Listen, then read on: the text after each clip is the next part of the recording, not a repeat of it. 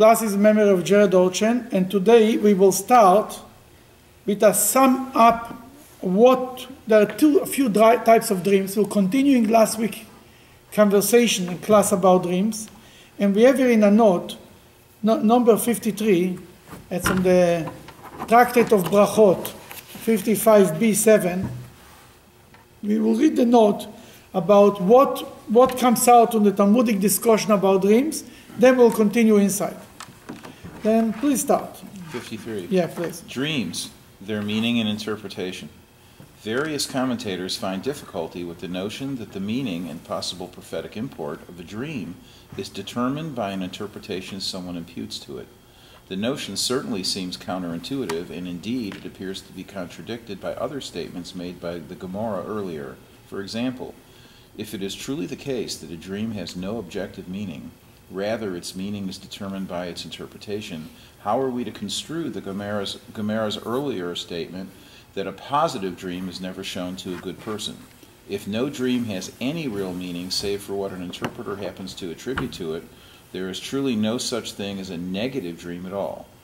If it's all dependent on the interpretation, then there is no positive dream and there is no negative dream. Obviously, there is something to a negative dream and a positive dream. Then let's see, now he will try to figure out there are three types of dreams. Thank you, Mr. Cohen. That you'll see. Hello.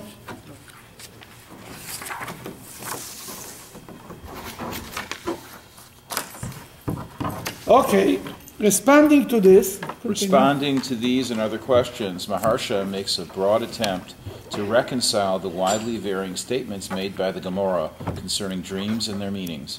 In doing so, Maharsha posits that there are three distinct types of dreams. What's posit? It's thought through a logical process of clears up.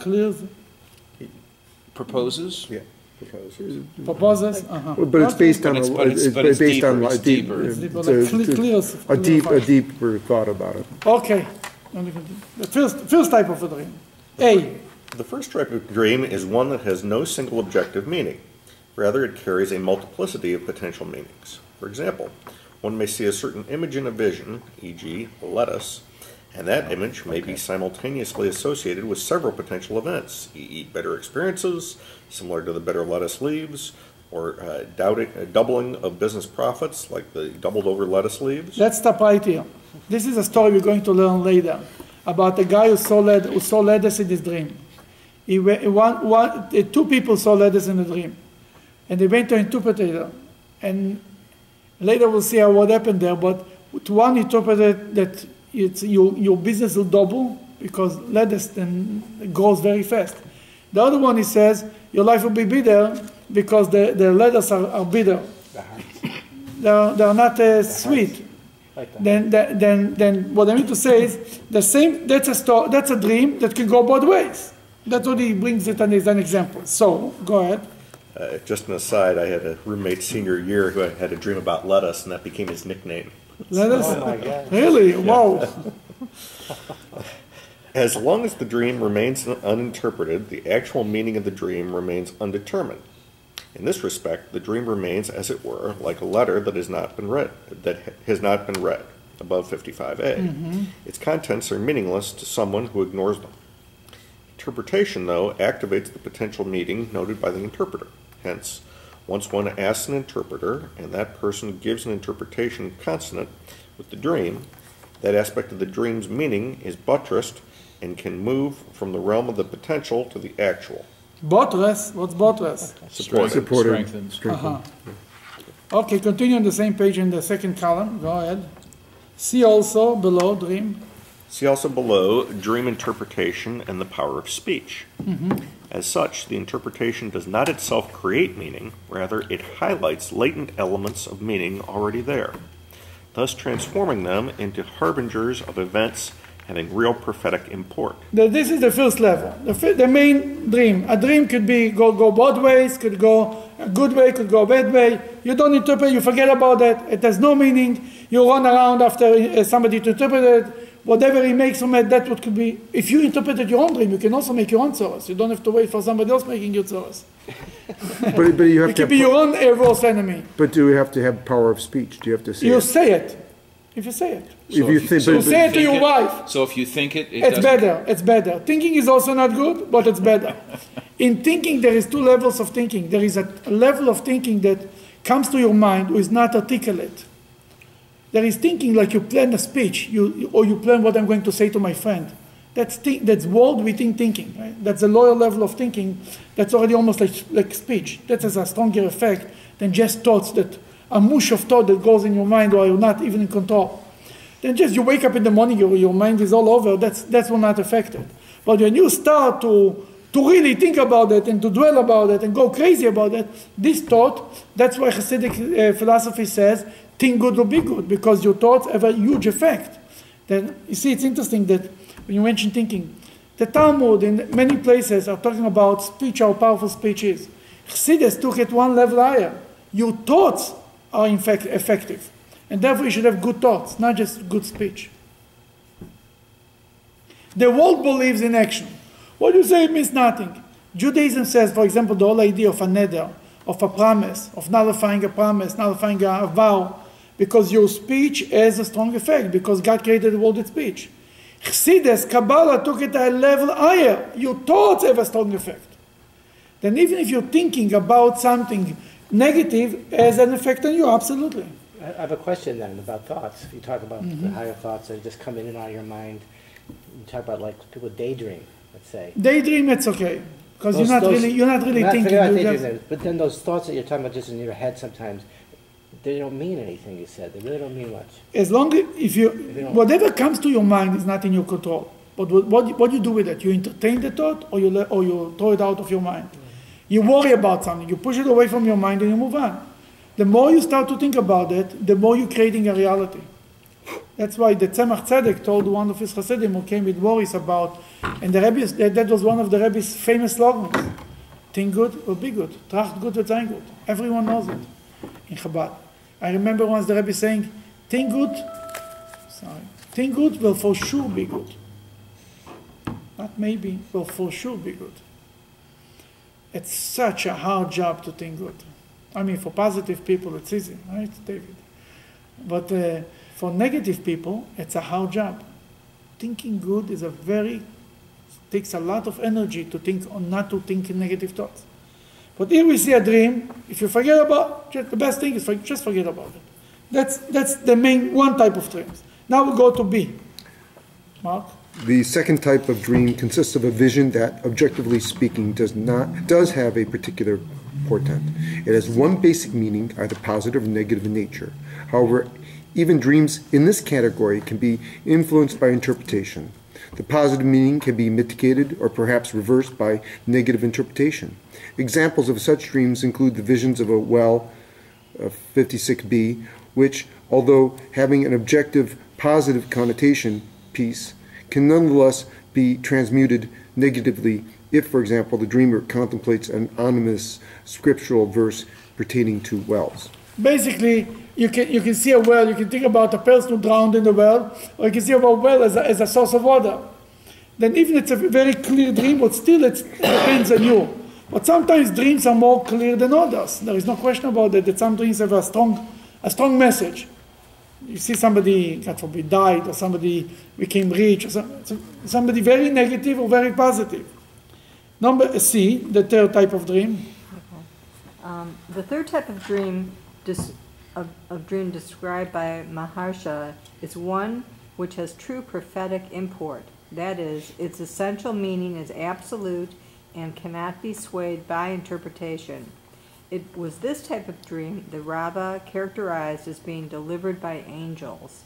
Examples of such dreams are the prophetic visions of Joseph, foretelling that his family would eventually bow to him.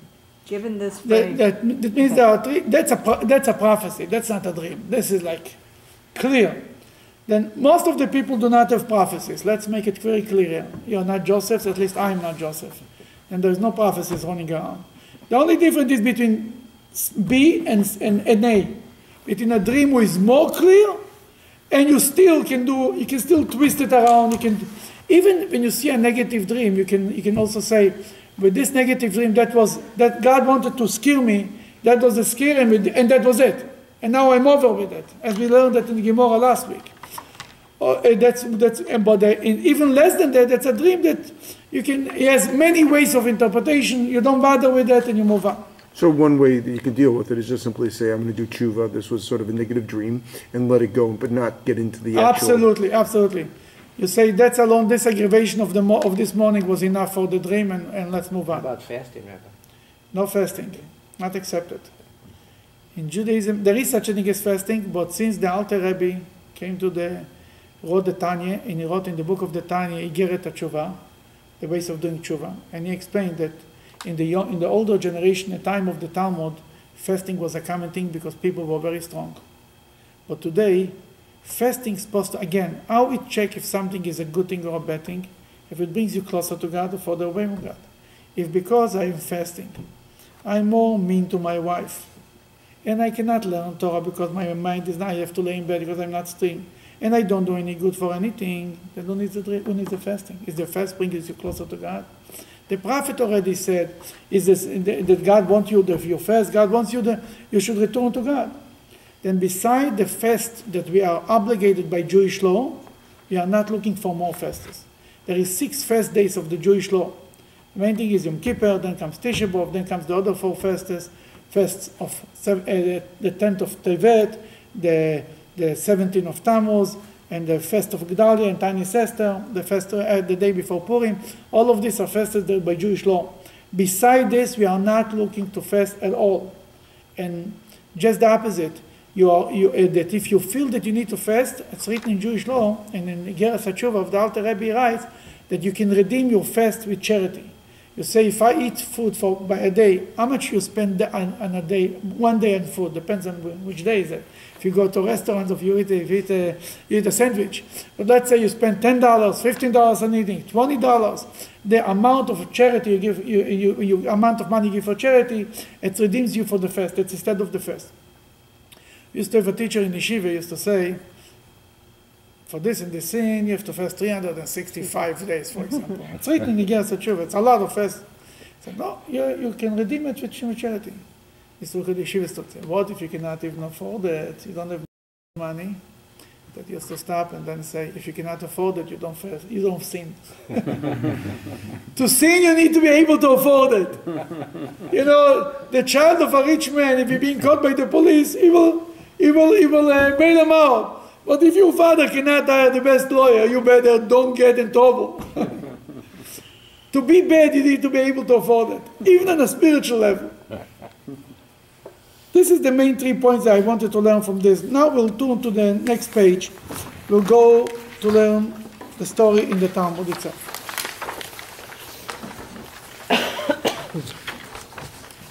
Go ahead. And that? Yeah, please. A related incident.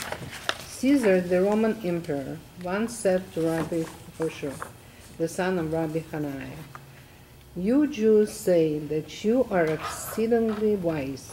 Tell me then, what I will see in my dream tonight." Yes, you say you are very smart. Everybody knows this in the time of the Romans, the same thing. Oh, you're smart, right? Then tell me what I'm going to dream tonight.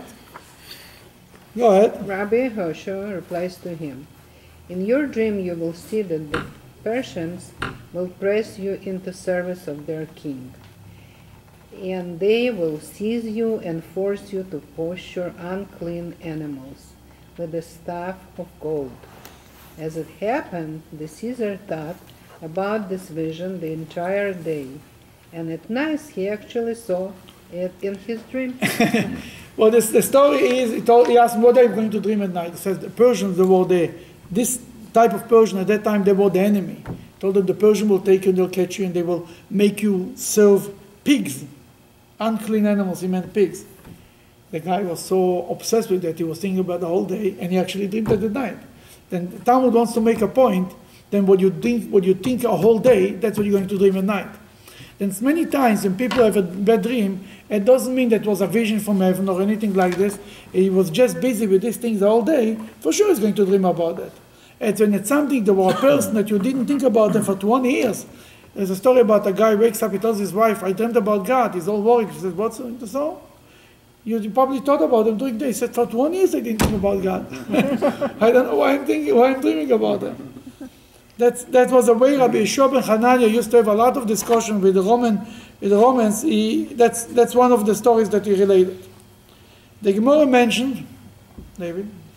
The Gemara mentions an instant that mirrors the previous one. King Shapur once said to Shmuel, "You Jews say that you are exceedingly wise. Tell me then what I will see in my dream tonight." Shmuel replied to him, "In your dream you shall see the Romans come and take you captive, and they shall force you to grind date pits with a golden mill." As it happened, the king thought about this vision the entire day and night. He actually saw it in his dream. Again, that's the opposite. I think Shmuel Malka was the enemy of the Romans, and he told them, "You will think the Romans will conquer you and you make you suffer." Is there any relationship with these two that talk about the staff of gold and golden mill? Why do they have gold in it? I don't know, probably, but I don't know. What time period were these? So I mean, the second one, is it before or after? After the first one? Yeah. I don't know. And I think probably similar to the same. Shmuel Shmuel was after Rabbi Yeshua ben Hanania, yeah. Shmuel was in Babylon. That's what Rav and Shmuel were after Rabbi Yeshua. Rabbi Yeshua ben Hanania was in Israel and was in the time of by the destruction of the second temple. And Shmuel was 100 years later, maybe more, maybe 150 years later. Yeah, it was later, no question about it. Rabbi Yeshua ben Hanania was a Tana, Shmuel was an Amora. A generation at least later, if not more. Okay. The Gemara stated earlier that the realization of all dreams follows the mouth, meaning the import of a dream depends upon the interpretation accorded it. The Gemara now presents a story pertaining to this theme. This is unbelievable what's going on here. Go ahead. Bar Hedya was an interpreter of dreams. As for one, Baredia was a guy in Israel, and he was interpreting dreams. That was his business. Go ahead. As for one who gave him payment for his services, Bar Hedya would interpret that person's dream auspiciously. But as for one who did not give him payment, he would interpret that person's dream inauspiciously. My friend, it's all about payment. The one who paid got a good interpretation, a positive one. The one who came to us and told me what about the dream, he got a negative interpretation. And now the Talmud goes on and on and on of examples of Abaye and Rava, two Talmudic scholars, not kids. Two big famous Talmudic scholars were involved in this business. Go ahead. Once, Abaya and Rava each dreamed the same dream, and they approached Bar Hedya to interpret it for them. Now, Abaya gave him a zuz as payment for the service. A zuz is like $1. Whereas Rava did not give him any money. Mm-hmm. They said to him, in our dream, they read to us the following verse. Your ox will be slaughtered before your eyes, etc. But you will not eat from it. This is a verse from the book of Deuteronomy. I think from the book of Deuteronomy. Yeah. Then by the end of Parashat Kitavot there is the curses. Then if he will not do what Hashem says, right before we end the Torah, right, we read it 2 weeks before Rosh Hashanah every year. Then it says one of the lines here is your ox will be slaughtered in front of your eyes, but they were not allowed to take you. Your enemies will take everything away from you. That in his dream he heard this line, or he saw this line from the Bible. That both of them came and says, this is the line that we heard in our dream. What does this mean?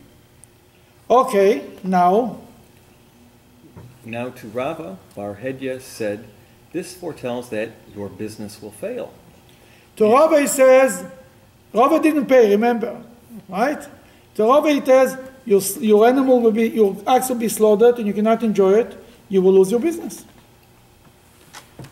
Go ahead, and on account of your heart's great sorrow, you will have no interest in eating. You will be, that's why he says you cannot eat it. It means to say you will be so upset you will not be able to eat.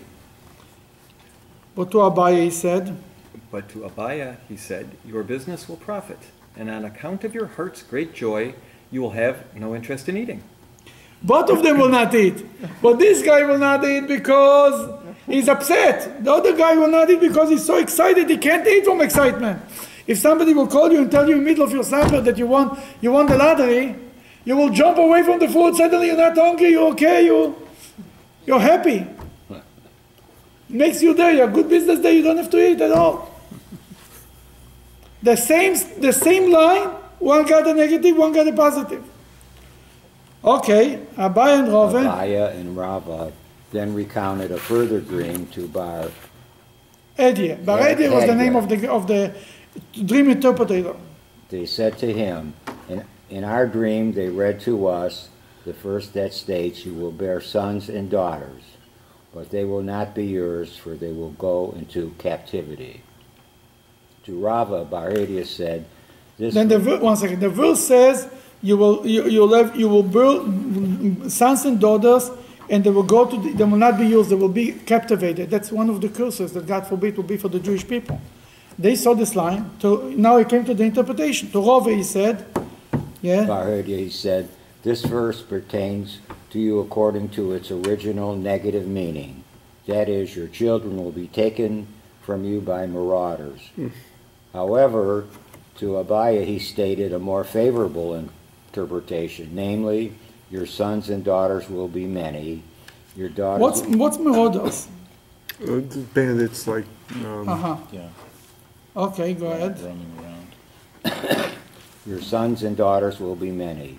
Your daughters will get married to husbands from other parts of the world. And since they will live so far away, it will seem to you as if they had gone into captivity. He said, both of you will lose your sons and daughters. In a good way or in a bad way. Even in a good way, when somebody's kids, everybody complains, my kids don't live in town, I cannot enjoy there, I cannot see my grandchildren. I feel like they went to captivity, but not really went to captivity. It's a blessing, but they're not around. Then he took the same thing in a good way or in a bad way. Whoever paid got a good interpretation, whoever didn't pay. Then the Gemara continues with another example. They had another dream. Looks, Abaya and Rava were dreaming a lot. Abaya and Rav relate a third verse they saw in a dream. They said to Bar Edia, they read to us the following verse, your sons and daughters will be given to another people.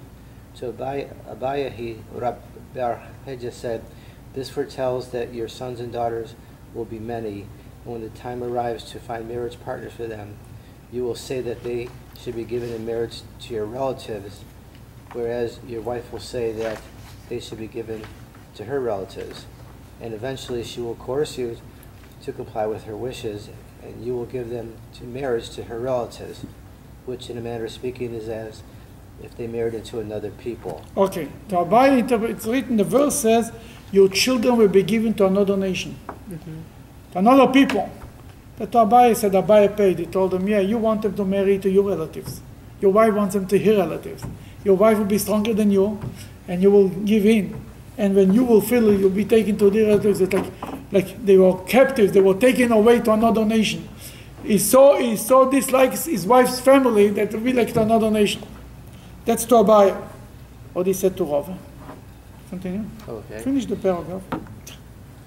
But to Rava, Bar Edia said the verses mention of another people indicates your wife will die, following which you will remarry, and your sons and daughters will come into the hands of another woman, i.e. a stepmother. Well, he told them your wife will die, and your children will be raised by another mother, like given to another person, to another nation. Because that's really like not a blessing. Continue. Okay, Bar Edia. So another message here perhaps is that you shouldn't try to abscond without paying for a service. You bet. If you really, we will eventually get there. You're right.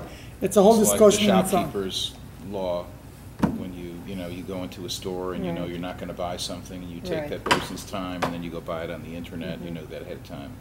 you're right. That's you're not allowed to do it, and that's kind of service you get.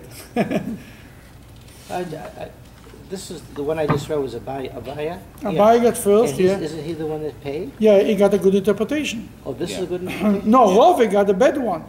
Oh, there's Rove said, Abai said, you will marry them to your wife's relatives. Oh. To Rove he said, God forbid his wife will die, and the children will be raised by a stepmother. Bar Edye quoted, Bar Hedya quotes Rava's own teaching in support of his interpretation. For Rava himself once said in the name of Rev Yirmiyah Bar Abba, who in turn said it in the name of Rav, what is the meaning of that which is written, your sons and daughters will be given to another people? The verse refers to a new wife of the father. Because Rava himself, by the way, we always have to be careful what we interpret it, what the commentaries we give, because eventually it goes back. Rabbi Greenberg said, you yourself said that the giving that what is mean that your children will be given to another nation. That's a stepmother, not to the mother who raised the children. And he actually his wife died. Rove's wife died from this interpretation, as we'll see later in the Talmud. The Gemara resumes. We need to understand today we are already after all this, the Gemaras, and all after the teachings. We know already not to waste time on dreams and all of this, but in the time of Rav and Abaya, dreams were a very prominent thing in the culture and everything that people went to interpretation. Even the greatest Talmudic scholars were busy with the dreams. And they didn't dream stories they dreamed lines from the Bible, that they felt that's a message for them, that they wanted to know what the message. And the interpreter gave everyone a different dream. They went separately. They didn't go both of them. They didn't know. They didn't share the dreams with each other. Abai and Rove at the event did not share the dreams. They didn't know they have the same dream, and this guy did get the interpretation. Everyone had a dream, went on his own to this guy, privately talked to him, and he gave this interpretation, this interpretation. The Gemara resumes. The Gemara resumes. I'm sorry. Go ahead. You want to say something? No, go ahead. The Gemara resumes. Abaya and Rava then said again to Bar Hedya, in our dream they read to us the following verse, go, eat your bread with joy. There is a line in the Bible, I think it's in Ecclesiastic, go eat your, you know when we say it? Go eat your bread with joy. This line is said about a specific day, a specific meal. Before Passover? No. No. Wait, no. I would think that it's on Purim. Shavuos? No. Purim? Holiday? Purim is a big eating Holiday. Sukkot. You said everything beside the one who was right. Okay. Can't be Pesach. Well, we haven't said Hanukkah You yet. didn't say Shabbat. Not Shabbat. You said all the holidays beside one holiday. At the end of Yom Kippur? After the end of Yom Kippur. Lech echol b'simcha. Go eat. God had forgiven your sins. Go eat your meal with joy. Therefore, the meal after Yom Kippur is a Yom Tov meal. Usually on Saturday night, the meal after the holiday is not a Yom Tov meal.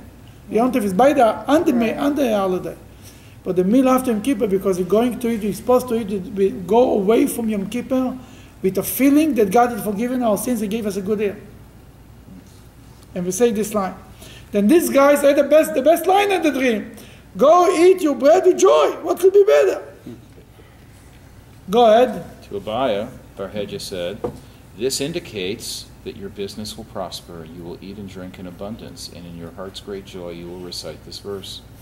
However, to Rava, And to Abai he said, you will be very successful, and you will, in the heart, you'll tell yourself, go eat your bread with joy. You'll be this verse will echo in your mind.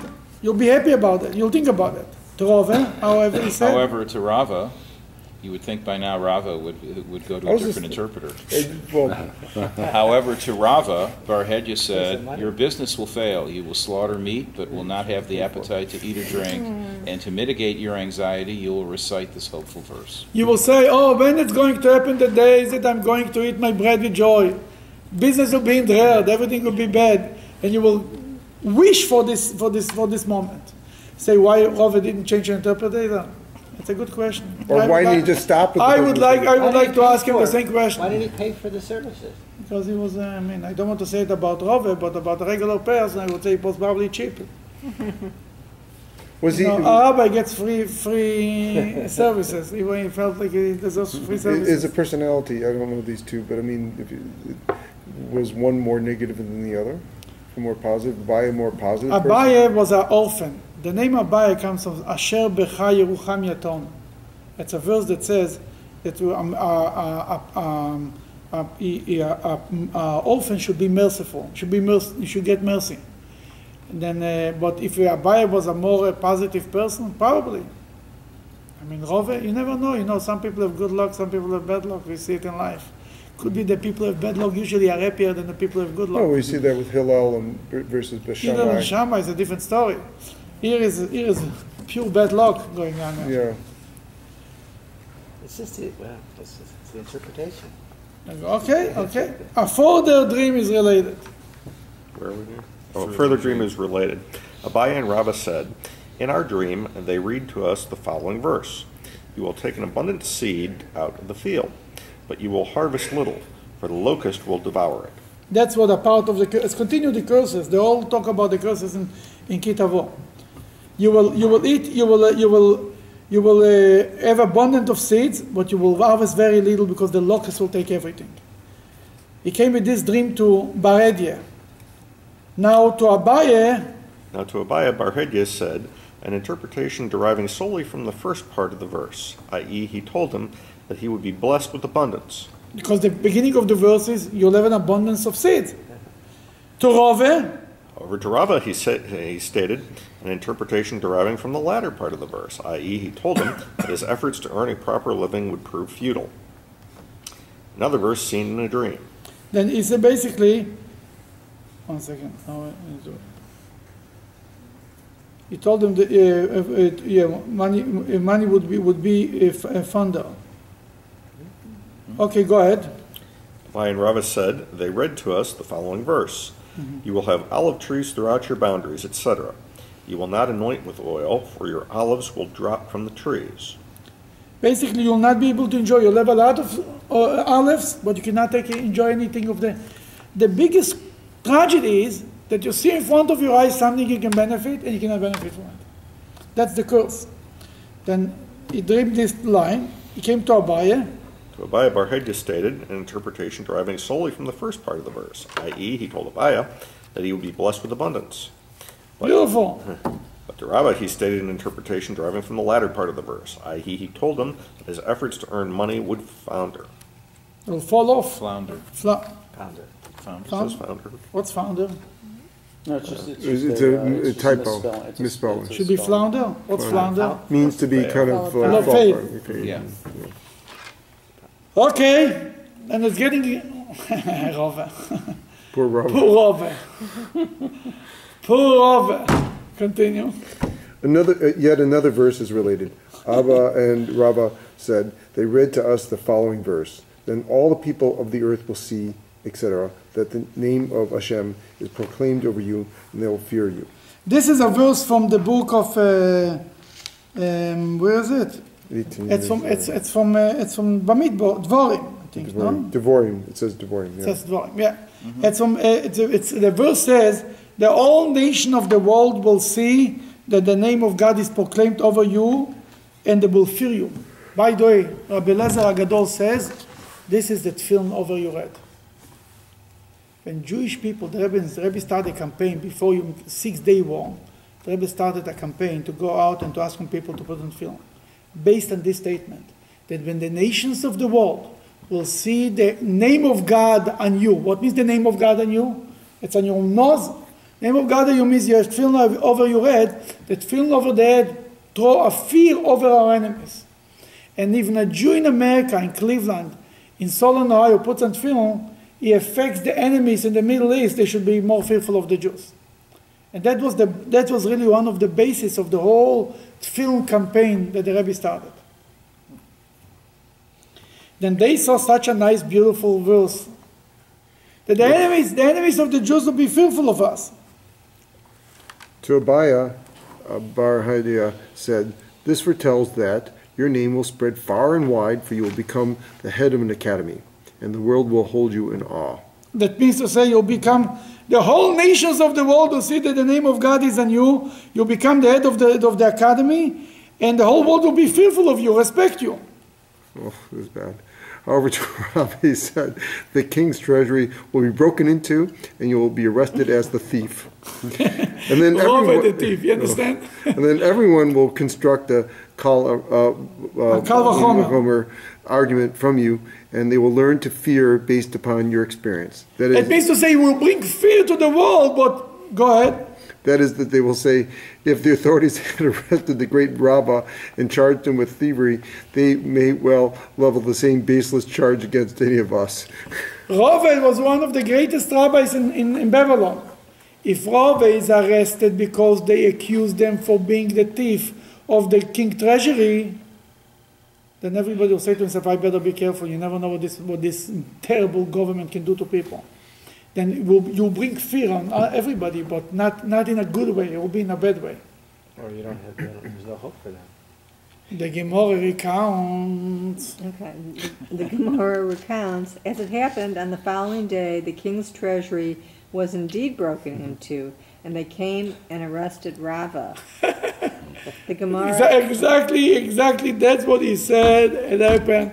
Rava was arrested for thinking about him, that he was the guy who was breaking into the treasury, the king's treasury. Can you believe it? The greatest rabbi in one of the greatest rabbi in Babylon in his time. Abai Rava, the most prominent names in the Talmud is Abai Rava. Every child knows about Abai Rava. Okay. The Gemara resumes Abaya and Rava's account of their dreams. They said to him, in a dream we saw lettuce resting on the mouth of a keg. What's a keg? Like a barrel? Yeah. Ah, okay. In interpreting this to Abaya, Barhedja said, your business shall double like lettuce, i.e. it shall become very profitable. However, to Rava he said, your business will become bitter like lettuce. Here is the story with the lettuce that we spoke about that before. He took the same lettuce. To one he said it will be as many as lettuce. The other one he says it's bitter as lettuce. Lettuce is one of the things we take for the maror, right? We take lettuce and horseradish. This side he took for Rava. The other side he took for Abaya. A further vision in their dreams. They said to him, we saw meat resting of the mouth of a keg. To Abaya Barhedja, he said, your wine will be aromatic, and everyone will come and purchase meat and wine from you. For you will offer products of superior quality. Means to say, the meat in top of the wine will be so good that everybody will come and buy from you. The wine will be better, the meat will be, everything will be better, especially the wine. Then when you drink good wine, you want to eat a piece of meat. That one takes and brings another, the other. To Rava he said, your wine will turn sour, and everyone will come to buy meat to eat with it, for it will be unfit for drinking and suitable only as a condiment. It means you'll need to eat the meat to wash it down. The wine. The wine will be so bad, you need to counter that with a piece of meat. The recounting of dream continues. They said to him, in our dream we saw a barrel that was hanging on a palm tree. In interpreting this to Abaya, Barhedja said, your merchandise shall grow to heights like a palm tree. But to Rava he said, your merchandise shall be sweet like the dates of the palm tree. What's the problem with the sweet of the date?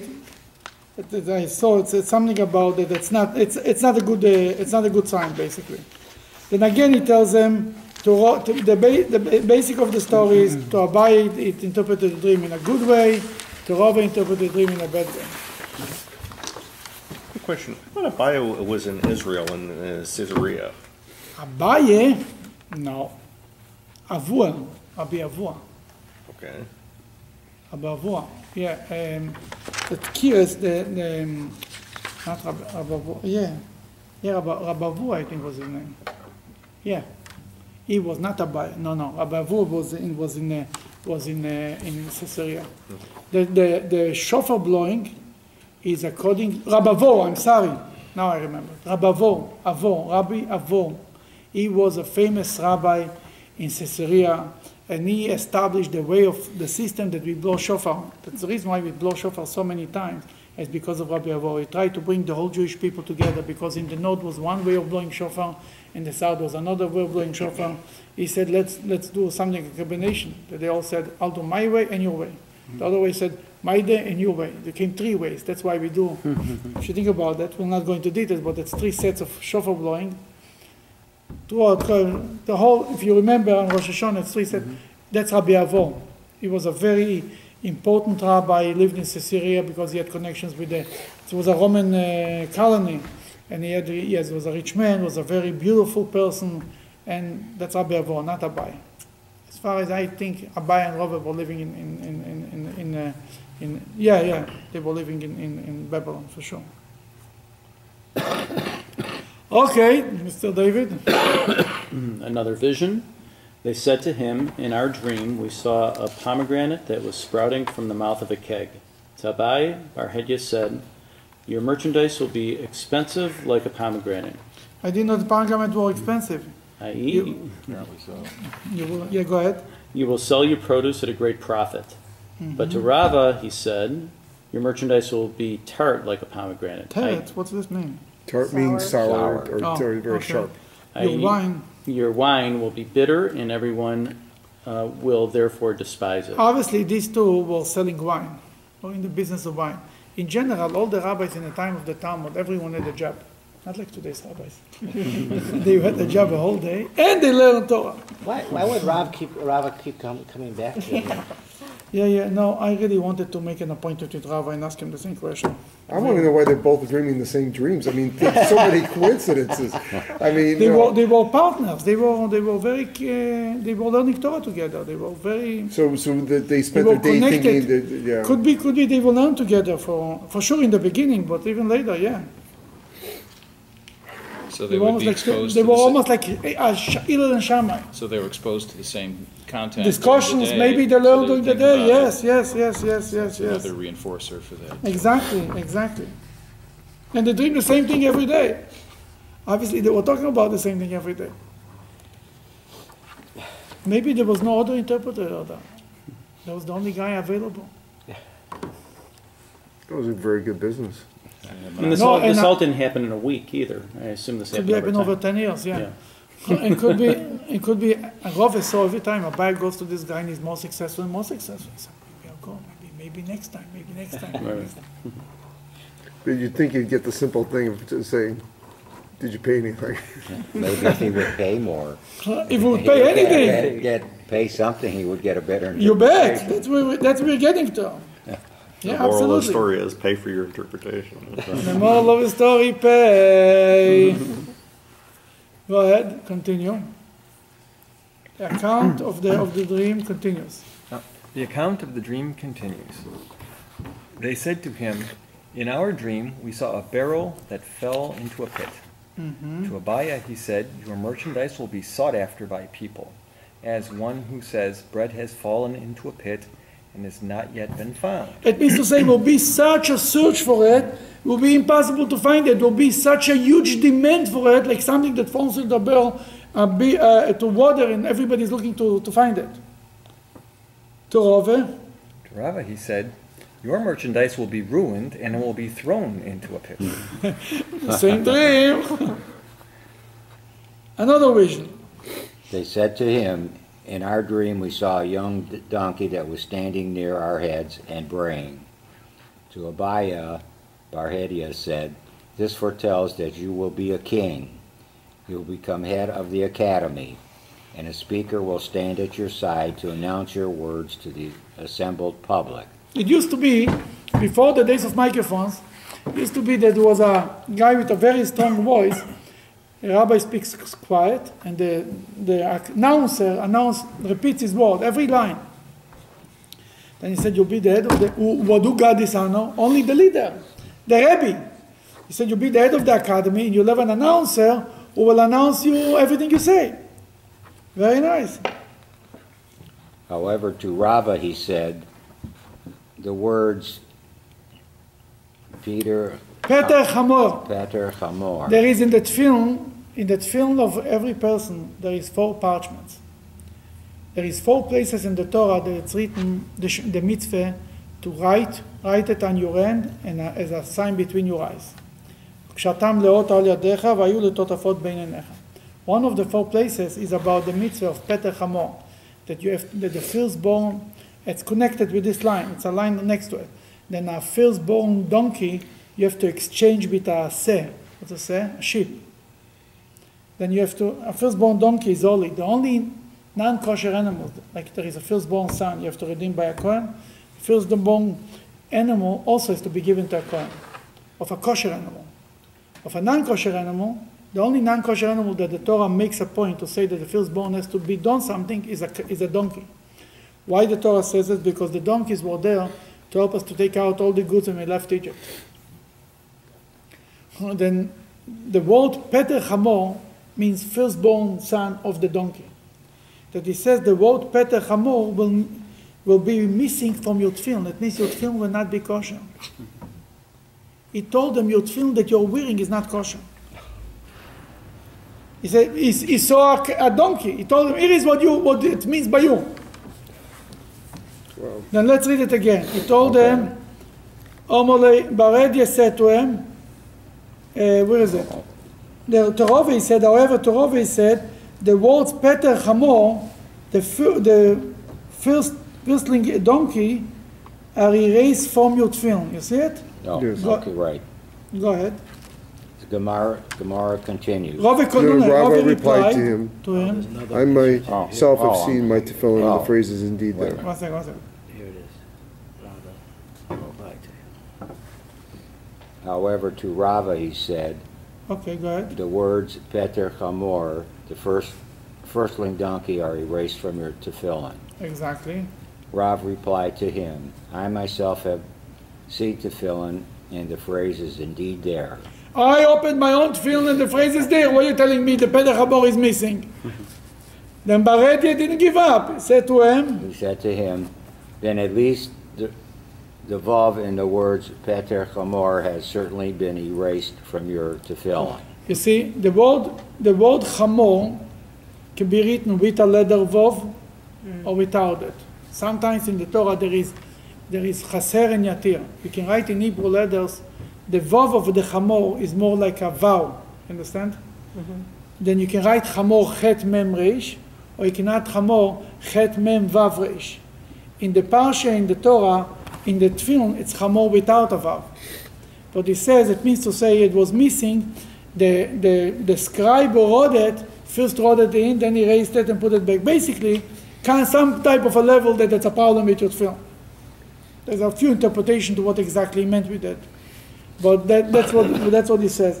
He told him, Peter Chamor is written, that the letter Vav in the Chamor is missing, and it should be missing. By Jewish law, it should be missing, but maybe the Sofer erased it, and that makes it film not kosher. Basically, you have not kosher at film. Basically, he could say that about anybody's tefillin? In essence, yes. Yeah. But they have to go and check back. There are stories about a guy that the Rebbe, one of the Rebbe's things is to tell people if there was problems in health, in success in business. He used to tell them, check your film. And there is stories about the guy, the Rebbe told him, check your film, perfect. Check again, something is, check again. Finally, the rabbi was involved in it, he just passed away. He called the Sofer. And he told him, tell me, how you write that film? Just tell me. What do you do? How is your day going? He tells him, before you write the name of Hashem, he's going to the mikveh. He says, how you go to the mikveh? You have a mikveh next to your house? He says, no, I write the whole parchment, I leave out the names of Hashem, and I go to the mikveh and I fill in all of them. You're not allowed to do it, you have to write it by the order. That makes it film impossible. Then a person who checks that film are beautiful. But the way he wrote it, that's what he's really telling him here. The guy who wrote it film, now it looks kosher, but really when it was written, it was not written the right way. Then checking the film is a very known thing to whenever the people who had the heart problems, they opened the film, they said the word levavcha was missing, a letter was missing, something where mezuzah were upside down. Every time was something in the letters. There is thousands of stories of people who checked that film and they found that film are not kosher and they fixed that film and things got better. Yeah. Thousands of stories, not one. I heard the same about mezuzahs. The same thing about mezuzahs. I know Miriam said she couldn't give birth because the baby was upside down, and they called the Rebbe. The Rebbe said to check the mezuzah. They found one mezuzah was upside down. They fixed it. Things worked out. And she had a natural delivery. So there are a lot of unkosher mezuzahs and tefillin running around then. Now, even by Rove, you mean to say is by the nature of tefillin is parchment and ink. And ink can be erased, first of all. After a while, it can get erased. Moisture. You leave the tefillin in the car in a very hot day or in a very cold day, it can kill the tefillin. That's number one. You wash your mezuzah, you wash your cleaning, you wash the doorpost, and a little water gets into the mezuzah, it's over. That's in the best way. Then there's human being. They write a mezuzah, they might miss a letter. They can write chamor with a vav or without a vav, you know what I mean? And today they check it by computers. There is a special program. All the Torah's bias were checked by computers. And they were found mistakes that a human being would never find. Then there is you have to make sure that the person who wrote the film, the mezuzah, knows all the laws to do it the right way. Then there is unlimited amount of opportunities. I check my film every year. The month of Elul is the time to check your film, your mezuzahs. At least every few years you should check it. Yeah, absolutely. By Jewish law, you have to do it twice in 7 years. But as long as if you didn't check it, you assume they are kosher. But if you want to be, there are stories about people opened the film and it was empty. There was nothing there. Not bad, in a bad way. The sofer thought he already put it in. He started to sew it, and for 10 years the guy walked around with film. He opened it. There was nothing there. Great rabbis discovered by the age of 18 that the film that they were wearing from the age of 13 to 18 were not kosher. Then that's what happened here. Now there is a whole discussion that film were kosher or not kosher. I'm not sure that film of Vov were not kosher. I don't want to say it. He just told them that the leather of the Vov of Chamor was missing. The Gemara continues. Here comes finally the resolution. Mr. Martel, I think it's your turn. Who's was reading? You were reading already? You were reading already? Yeah, I'm ready. Then you read. Okay. No, you read already? Oh. Yeah. You did? You didn't. Okay. Go ahead. The Gemara continues. Ultimately, Rava went by himself without Abaya to Bar Hedya and recounted a dream for his interpretation. Rava said to him, "In my dream I saw that the outer door of my house had fallen." Bar Hedya said to him, "This foretells that your wife will die." Rava further said to him, "In my dream I saw that my molars and my front teeth had fallen out." Bar Hedya said to him, "This indicates that your sons and daughters will die." Rava then said to him, "In my dream I saw 2 doves that were flying away." Bar Hedya said to him, "This indicates that you will divorce 2 wives." Rava further said to him, "In my dream I saw 2 heads of turnip." Bar Hedya said to him, "This foretells that you will receive 2 blows with clubs." Basically, everything bad. Your wife will die, your children will die, you'll divorce your women, everything. You get blows. Okay, the Gemara tells.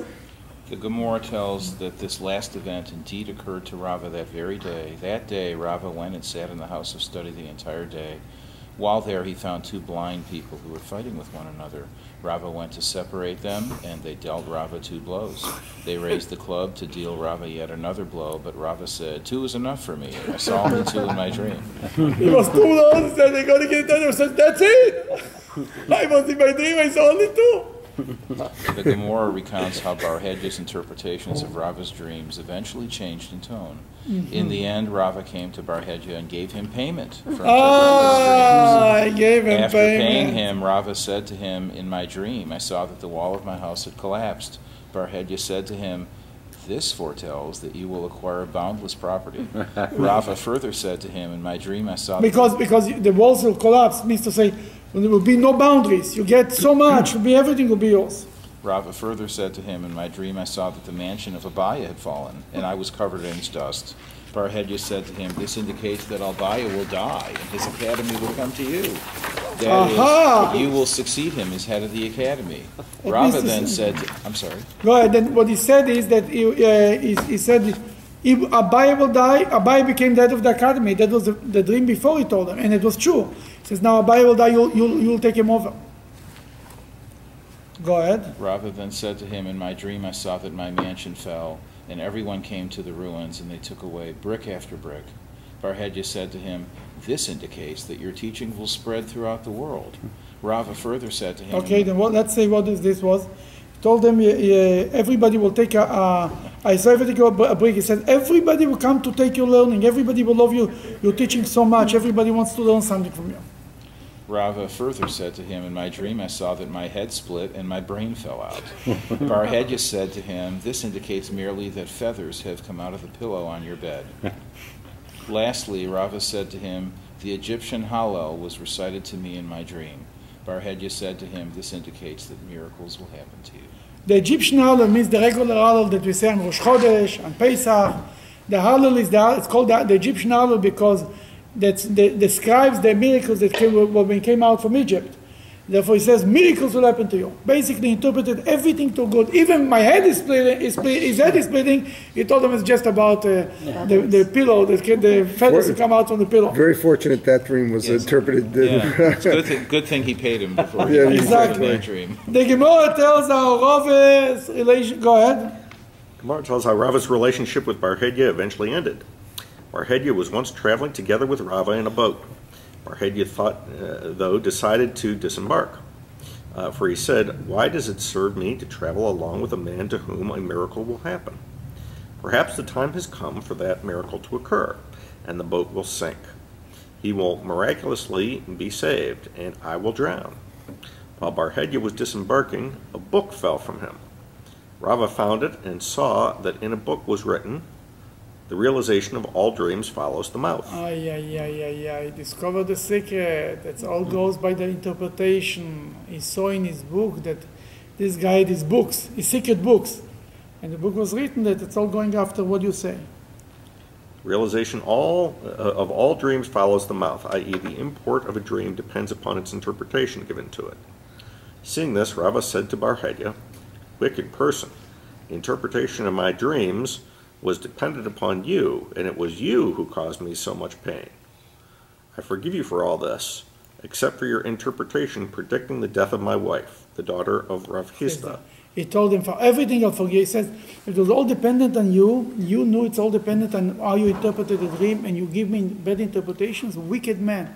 For everything I'll forgive you, but for losing his wife, for this I didn't want to forgive. For this I will not forgive you. Go ahead. May it be the will of God that this man, i.e. Barhedya, be handed over to a regime that will have no pity upon him. The Gemara tells how Barhedya responded to Rava's curse. Barhedya said, what shall I do? We have tradition that the curse of a sage, even one that was unprovoked and freely uttered, will eventually come to be fulfilled. And certainly this applies to the curse just declared by Rava. For he has justly cursed me. Barhedya then said, I will arise and go into exile. For a master has said, exile atones for sin. He says, if a tzaddik curses me, it will for sure be fulfilled. It's a whole discussion about that. We're not going to, but that he was afraid of it. And he says, let's go to exile. Exile atones for sins. It's a known thing.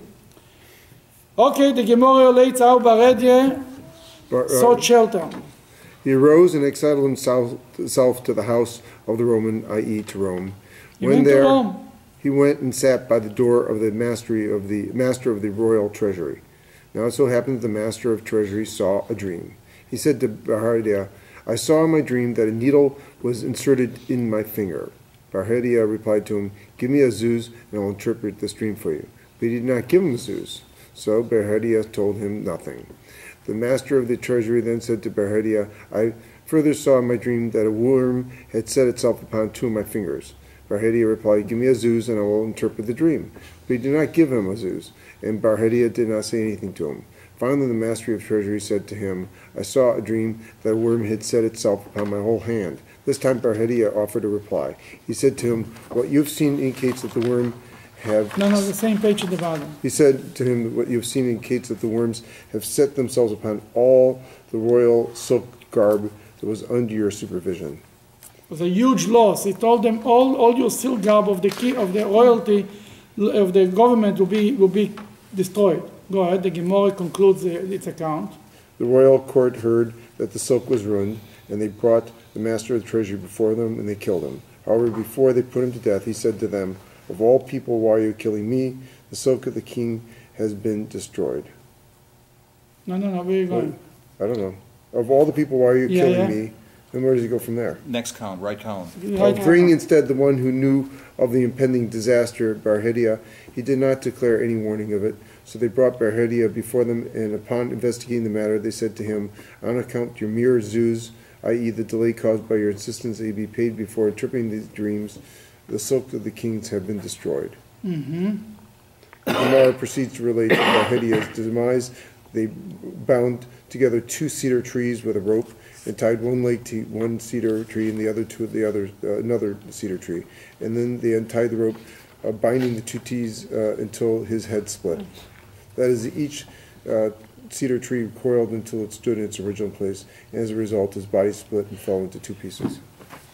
Whoa, that was how the Romans used to do things. What you learn here? We finally discovered that it was because of the money. He told him, then why was Bar-Hedia so insisting about getting the zuz? There is something about when he gets the zuz, he has an obligation to give him the good interpretation. He's bounded. He owes you something. You understand? That means to say like this. I don't want to bring the same example, but it's a known thing that a tzaddik, if you want a bracha from a tzaddik, you have to give him something. Why? That one of the explanations is the Rebbe is to give the house. But beside the Rebbe was the only one who gave money. Beside the Rebbe, there was a known thing you have to give to the tzaddik. Because when he gives to the tzaddik his money, that the tzaddik is obligated to pray for you. He turns to God and says, if I don't deliver, I'm a ganav. I'm a thief. He tells God, you cannot do it to me. And he has an obligation. In life, there is a give and take. That's the bottom line. There is always, you have to give something. You give something physical to get something spiritual. It's a give and take in every level. That when the Rebbe used to tell people, you're asking for a blessing, take upon yourself a certain mitzvah, and then I'll turn to God and say, this guy got upon himself a mitzvah, therefore in this merit give him this. It's always a give and take. That I believe here too. To interpret it in a good way, it's not that he didn't want to interpret it in a good way. He needed you should give something to get something back. And if not, as the Talmud says about a doctor that you pay nothing, that's kind of cure you're going to get. You pay for him, you get it. Aser the mogen b'mogen shavim. Go ahead. A cure that's for free is for free.